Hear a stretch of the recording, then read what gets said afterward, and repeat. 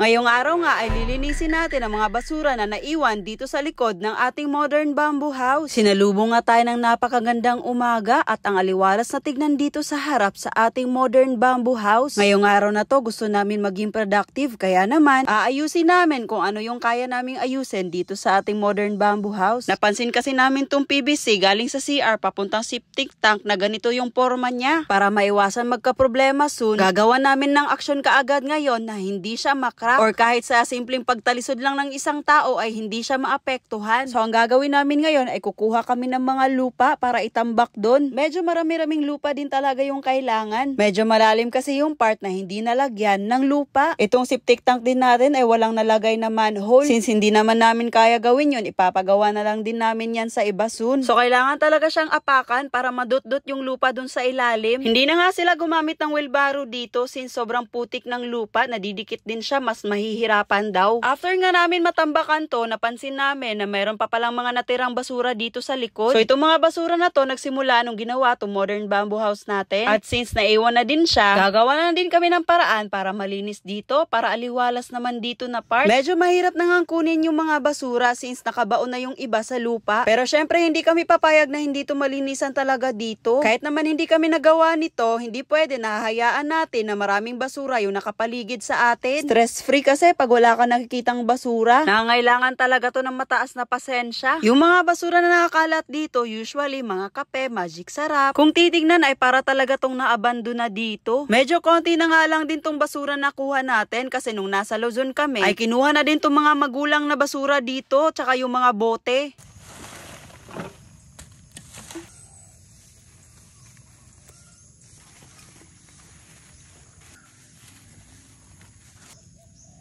Pwede pa to. Dito mo talaga malalaman na matagal-tagal na yung mga basura. Ayan o. Ayan. Yeah. Laban. Madaming kape dito. Bitsin. Hindi naman kami nagbibitsin eh. Shit. Hindi din kami nagkakape. Hindi din kami nagmamagic sarap. Mga kape yan. Sobrang dami oh. Mas lalim mo. Sa mga tao na kilala sa amin, alam nila yan na hindi kami nagbibitsin, nagmamagic sarap, nagkakape at naniganigarilyo. Pero yung mga basura dito, mga ganon karamihan. Sigarilyo, mga ice water. Sting. Ito pa oh. Dami talaga. So yung ginawa namin dito, hiniwalay talaga namin yung mga plastic na basura. Tapos kailangan talaga siyang kamayin para maayos yung pagkakuha ng mga basura. Ayaw din kasi namin na paulit-ulit yung trabaho. Pag naglaan na kami ng oras dito, gusto namin sagad-sagad na. Yung bang wala nang uulitin, mas nakakapagod kasi pag ganun. Sa unahan nga ay may mga nakita pa si Norme ng mga bote ng mga alcohol drinks. At syempre mga basura na din. Kailangan din kasi talaga natin tungkunin kasi pagpapabayaan lang natin, hindi naman tumalalata.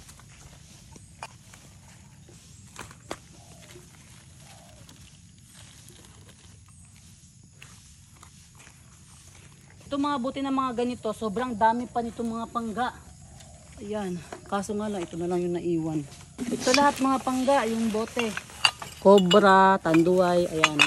Ito pa, mga tanduay. Napakarami niyan mga pangga. At least, mabibenta natin to, meron kaagad tayong pang merienda. So mga pangga, ito na yung mga basura, tsaka bote na nakuha namin sa pangalawang paglilinis dito sa mga kalat.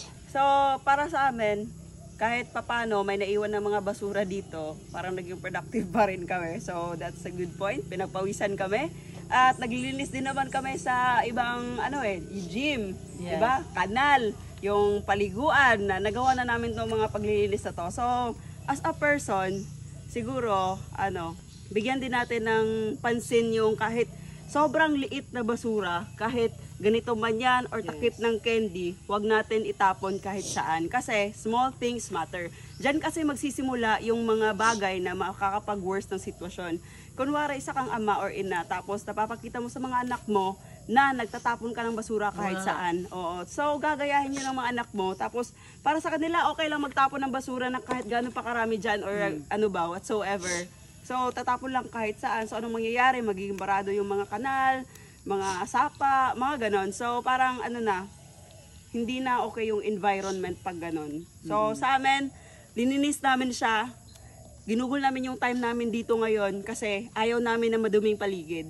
Yeah. Masaya pa rin kami kasi may nagawa din kami dito. Sabi nga ni Inday Jenny na nakakapag-try na kami na makapag-linis sa kahit saan, kahit hindi namin basura. Mas marami nga yun sa gym, di ba? Gym, pati yung falls na sobrang dumi yun. So, Diba? nasa tao na yun. Kung kayo yung nag-iwan nito or what, nasa sa inyo na talaga yung pakiramdam na basta sa amin okay kami. Pero kahit hindi naman to nangyari, mga update talaga dito sa modern house natin, i-upload naman natin yan kasi nasimulan natin mag-vlog na wala pa to dito, puro mga damo-damo pa to dito, wala pang bahay. Hanggang ngayon, nabablog naman talaga namin. Every upload talaga namin is update dito sa farm. Yes. So, di nyo masabi na bakit in-upload nyo yan or bakit ano pa. Wala naman kaming ibang intention. Kundi mag-update lang, naglinis kami dito guys. So, yes. At dahil nga before sinimulan tong modern bamboo house natin, may mga pinutol na kahoy at yung mga ugat niya kinuha din, kaya naman may mga butas na part dito. So napagdesisyonan namin na kunin na lang yung mga cellophane na nakabaon din dito at yung mga dahon at ibang kahoy ay itatambak namin dito sa butas na to. So sa nakikita nyo, medyo malinis na talaga dito sa likod compared kanina na maraming basura. Nalinis na talaga natin dito. Yes. So, may mga basura lang na malata dyan. So, ibang-iba na siya kanina. Maliwalas na siyang tignan.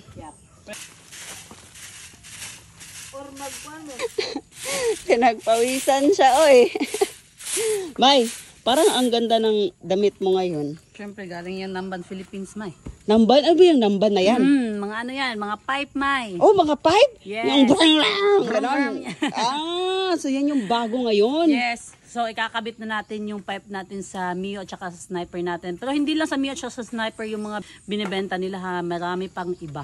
Ang galing naman. Kaya pala, ibang-iba yung ano mo ngayon, oh, aura, kasi ang ganda ng damit mo. Kanina, nakakunot yung noo mo. Ngayon, parang mas gumanda ka nung nalinisan dito. Siyempre, tignan mo naman, maaliwalas na siyang tignan. May part lang din talaga dito sa likod na kailangan din tambakan. At since may mga graba pa naman tayong natira dito, ito na lang din yung gagamitin natin. Sana tayo ay maging responsible tayo sa mga basura natin kasi marami din naman magagandang epekto pag malinis yung kapaligiran natin. Aside sa payapang tignan, maiiwas din tayo sa mga sakit kasi yung mga ibang insekto na nagdadala ng sakit doon nagpupondo sa mga basura. May kasabihan nga 'di ba na ang kalikasan ay refleksyon ng ating kalinisan. Ipakita natin sa mga kabataan ang tamang asal pagdating sa mga basura natin. Kasi kung magpapatuloy na magtatapon lang tayo ng basura kahit saan, pag lumaki yung problema, mahirap ng agapan.